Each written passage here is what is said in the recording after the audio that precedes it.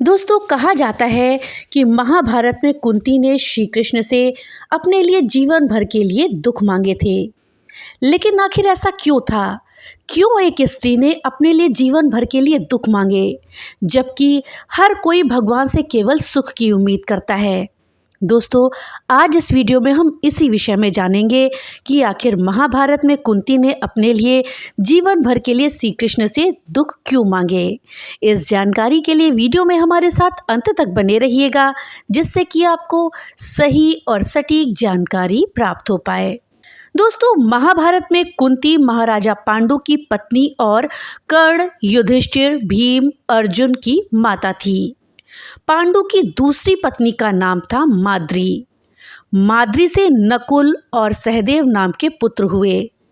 कुंती महाभारत के एक खास पात्रों में से एक थी। दोस्तों, आखिर कुंती को उनका ये नाम कैसे मिला और कौन थे उनके माता पिता? दोस्तों, कुंती के बचपन का नाम था प्रथा। प्रथा के पिता सूरसेन ने राजा कुंती भोज को अपनी पुत्री गोद में दे दी थी। कुंती भोज ने प्रथा को एक नया नाम दिया। वो नाम था कुंती, अर्थात प्रथा से बदल करके कुंती हो गई। सूरसेन के पुत्र का नाम था वसुदेव। श्री कृष्ण वसुदेव और देवकी की 8वीं संतान है। इस रिश्ते से कुंती श्री कृष्ण की बुआ थी। ये थी जानकारी कि कुंती को उनका नाम कैसे मिला। दोस्तों, वीडियो में आगे बढ़ने से पहले आपसे एक छोटी सी रिक्वेस्ट है कि अगर अभी तक आपने वीडियो को लाइक नहीं किया है तो कृपया वीडियो को लाइक कर दें और ज़्यादा से ज़्यादा शेयर करें, जिससे कि ये जानकारी अधिकतर लोगों तक पहुंच पाए। और हाँ, अगर चैनल पे पहली बार आए हैं तो कृपया चैनल को सब्सक्राइब कर दें और बेल आइकन दबाना ना भूलें, जिससे कि मेरी वीडियो सबसे पहले आप तक पहुँच सके। तो चलिए वीडियो में आगे बढ़ते हैं और जानते हैं कुंती के बारे में कुछ दिलचस्प बातें। दोस्तों, कहा जाता है कि एक बार कुंती ने दुर्वासा ऋषि की बहुत सेवा करी, जिससे प्रसन्न होकर दुर्वासा ऋषि ने कुंती को एक ऐसा मंत्र बताया जिसके स्मरण से वो जिस देवता को चाहे उसको बुला सकती थी और उनसे मनचाही संतान पा सकती थी।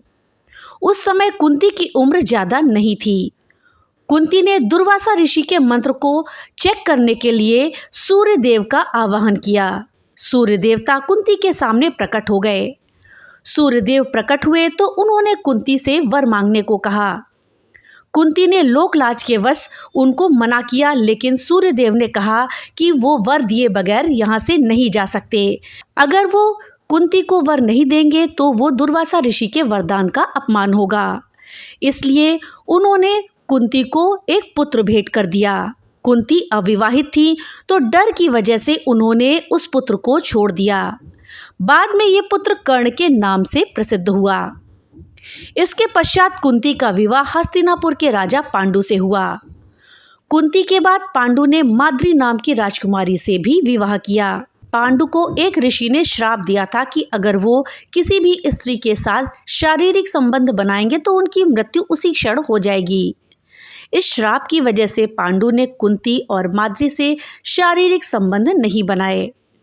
पांडु अपना वंश आगे बढ़ाना चाहते थे, इसलिए उन्होंने कुंती से कहा था कि वो देवताओं का आवाहन करें और उनसे संतान प्राप्त करें।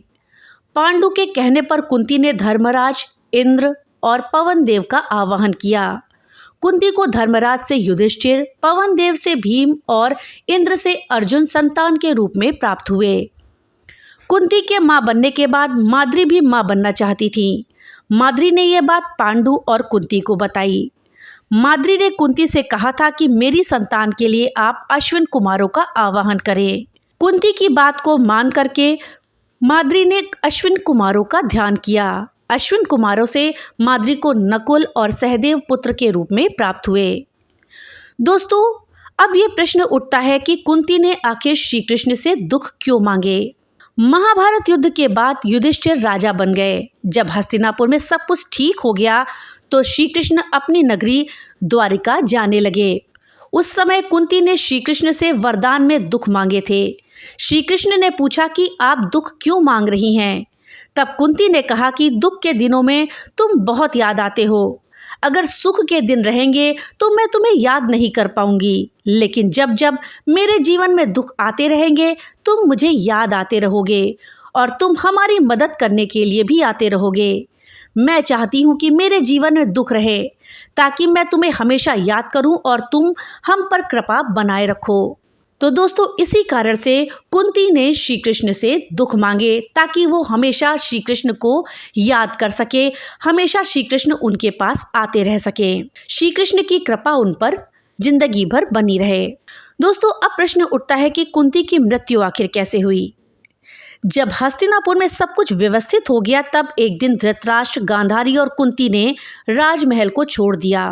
तीनों वन को चले गए और तप करने लगे। एक दिन ये तीनों गंगा स्नान करके आश्रम जा रहे थे, तभी वन में आग लग गई।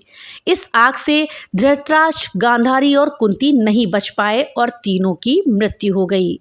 तो दोस्तों, ये थी जानकारी कि कुंती ने श्री कृष्ण से आखिर जीवन भर के लिए दुख क्यों मांगे। जानकारी आपको कैसी लगी हमें कमेंट बॉक्स में लिख करके जरूर बताइएगा। तो मिलते हैं अगली नई वीडियो के साथ, तब तक के लिए राधे राधे।